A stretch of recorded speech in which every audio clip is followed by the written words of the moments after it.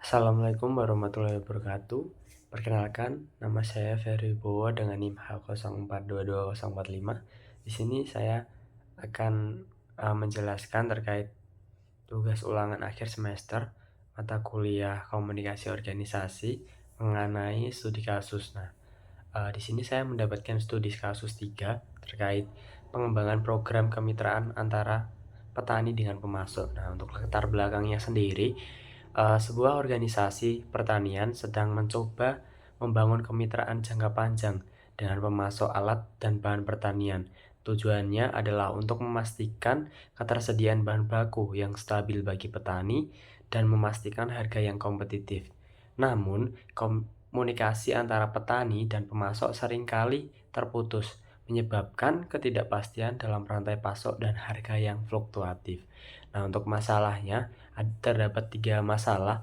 Yang pertama itu, kurangnya komunikasi antar petani dan pemasok menyebabkan ketidakpastian dalam pasokan dan harga bahan pertanian. Yang kedua, proses negosiasi yang tidak transparan antara kedua pihak menyebabkan ketegangan dan rasa tidak puas. Dan yang ketiga, tidak ada sistem komunikasi yang jelas untuk memastikan pemahaman tentang kualitas dan kuantitas produk yang dibutuhkan.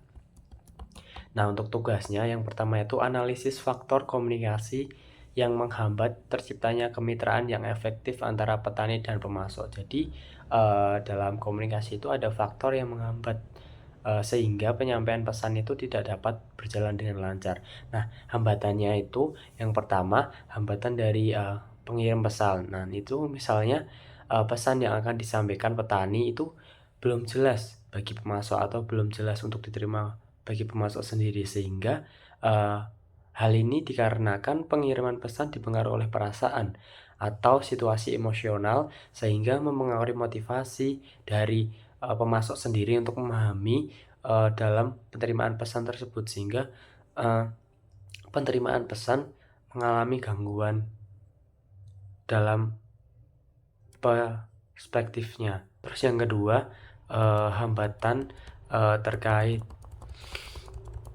dalam penyandian atau simbol. Simbol di sini itu yang dimaksud adalah bahasa. Jadi bahasa yang digunakan dalam komunikasi antara petani dengan pemasok itu bisa jadi kurang jelas sehingga mempunyai arti lebih dari satu simbol. Itu malah membingungkan dalam mengartikan pesan yang ingin disampaikan. Simbol yang digunakan antara petani dengan pemasok sendiri atau tidak sama, atau terdapat perbedaan bahasa yang digunakan sehingga pemahamannya akan pesan yang ingin disampaikan dan pesan diterima itu sulit.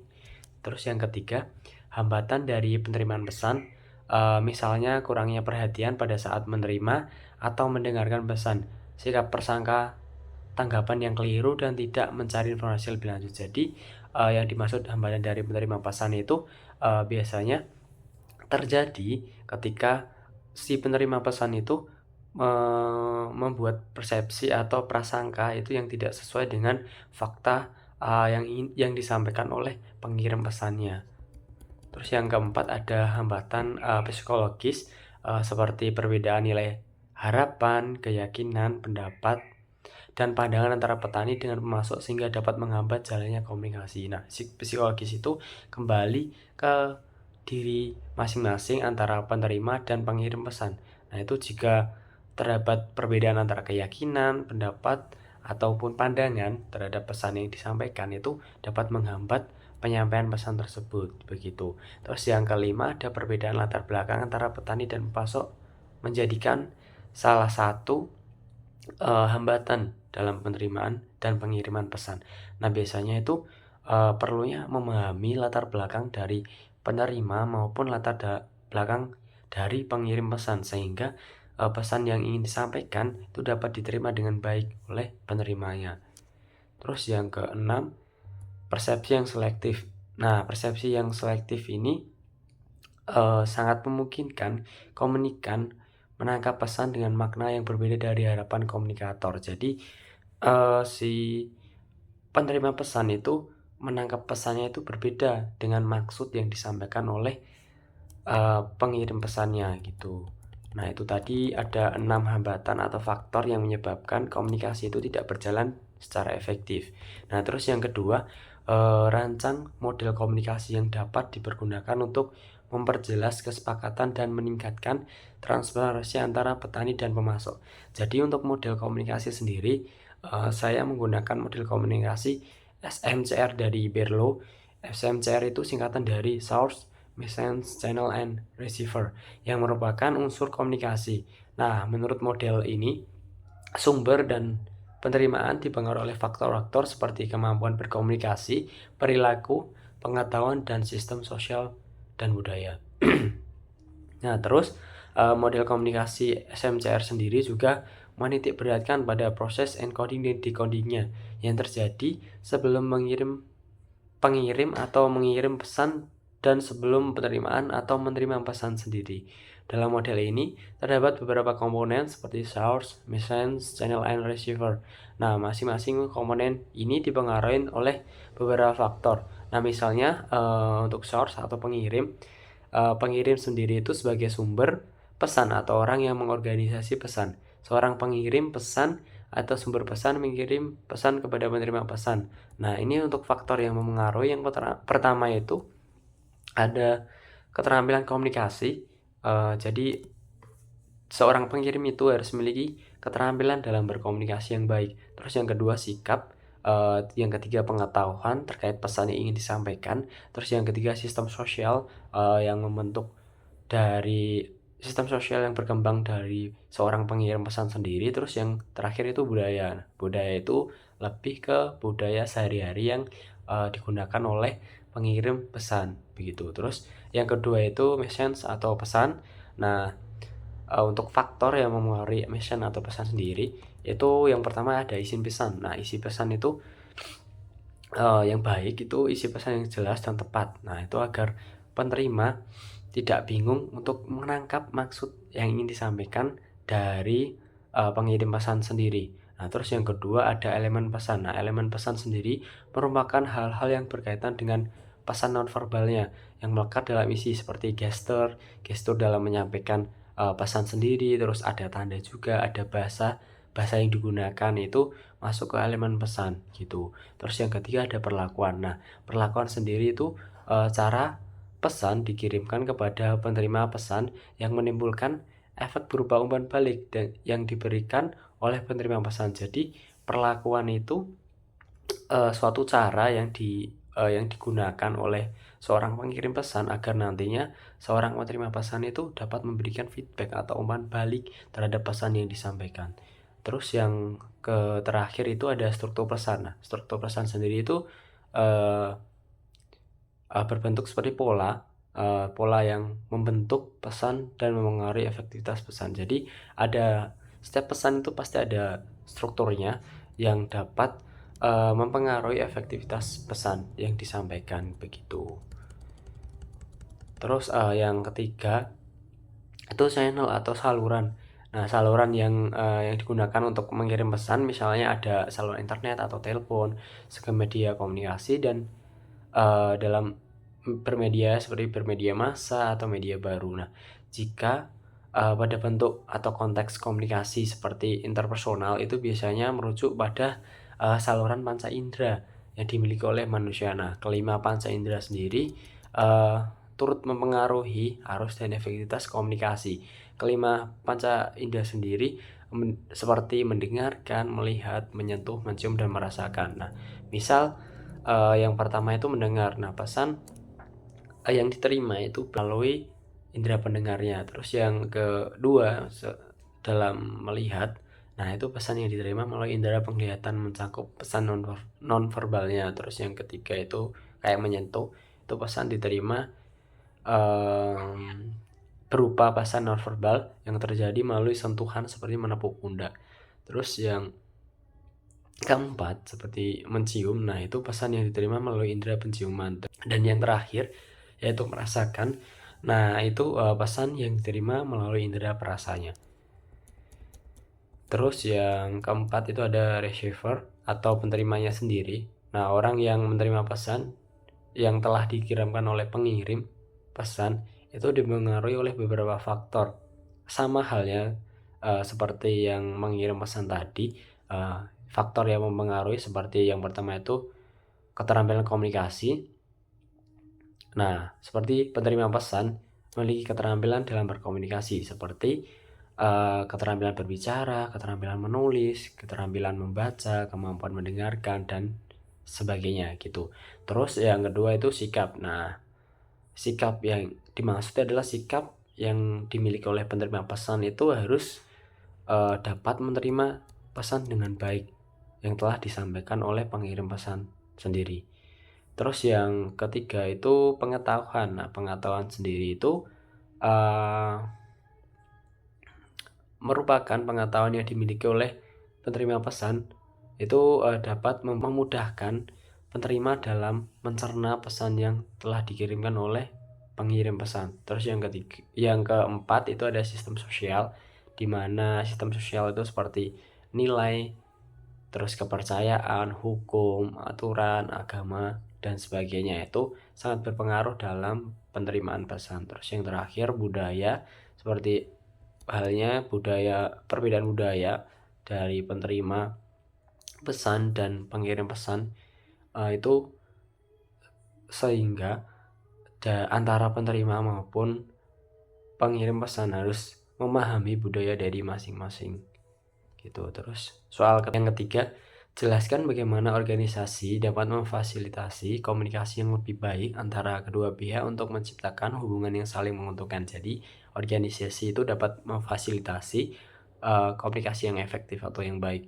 Nah, dikarenakan organisasi merupakan atau menjadi wadah untuk menyatukan pemikiran secara bersama. Jadi kan organisasi terdiri dari setiap anggota. Nah, itu memiliki pemikiran masing-masing sehingga di organisasi sendiri itu bertujuan untuk menyatukan pemikiran tersebut. Terus organisasi juga berfungsi sebagai tempat mediasi konflik. Nah, agar dapat terselesaikan dengan baik. Jadi organisasi itu bisa menjadi tempat untuk mediasi konflik yang baik karena di situ akan terdapat kesepakatan secara bersama-sama sehingga kesepakatan tersebut dapat dijalani secara bersama-sama juga. Nah, selain itu, organisasi juga menjadi tempat untuk membangun hubungan yang kuat antara anggota maupun organisasi lainnya sehingga komunikasi dapat berjalan dengan baik. Terus melalui organisasi juga dapat ditetapkan tujuan yang jelas dan komunikasi yang efektif. Jadi, organisasi sangat memfasilitasi komunikasi yang baik. Terus yang soal keempat, tawarkan solusi untuk membangun saluran komunikasi yang lebih terbuka dan efisien dalam pengelolaan kemitraan ini. Oke, jadi solusi untuk membangun saluran kemitraan atau saluran komunikasi yang terbuka dan efisien dalam pengelolaan kemitraan adalah dengan cara berikut. Yang pertama itu kita harus memahami latar belakang dari sasaran komunikasi. Jadi antara penerima maupun antara pengirim itu harus saling memahami dulu terlebih dahulu latar belakang dari pengirim maupun latar belakang dari penerimanya sehingga dalam menyampaikan pesan itu makna yang ingin disampaikan oleh pengirim itu dapat diterima dengan baik dengan baik oleh penerimanya gitu. Terus yang kedua, membuka jalur komunikasi dua arah. Jadi komunikasi itu berjalan dua arah, adanya feedback, adanya umpan balik. Nah, itu dapat mengetahui atau bertukar pengetahuan juga atau memudahkan komunikasi itu dapat berjalan secara efektif. Terus yang ketiga itu menggunakan bahasa yang mudah untuk dipahami. Jadi bahasa yang mudah itu sangat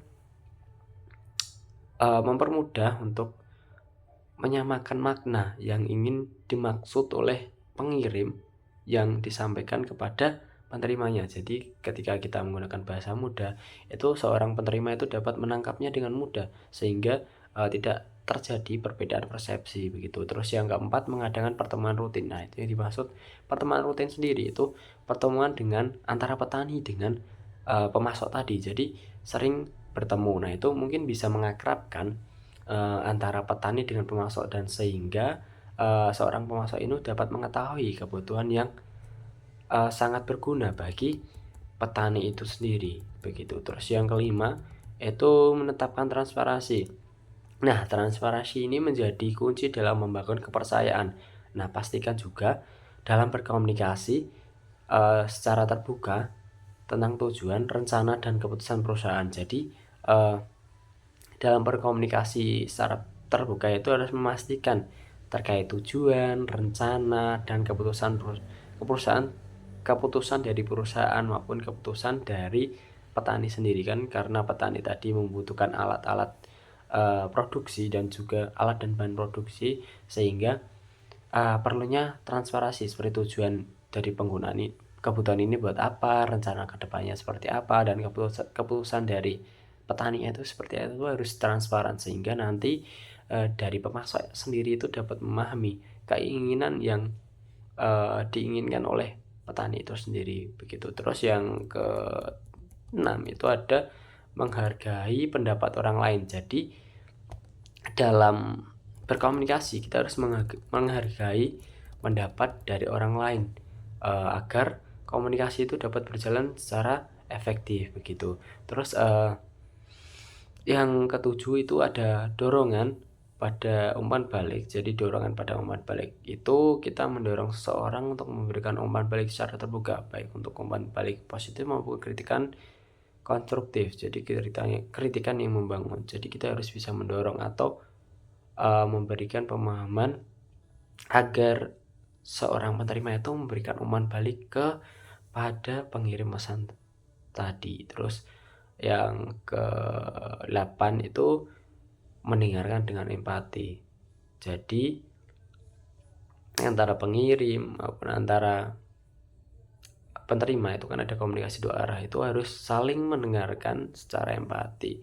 Nah, agar dapat memahami perspektif orang lain. Nah, hal ini dapat membantu dalam mencegah kesalahpahaman dan konflik yang tidak perlu. Terus yang terakhir itu menyimpulkan sesuai dengan fakta yang ada. Jadi setelah tadi adanya langkah-langkah yang tadi, pun yang terakhir itu menyimpulkan sesuai fakta yang ada.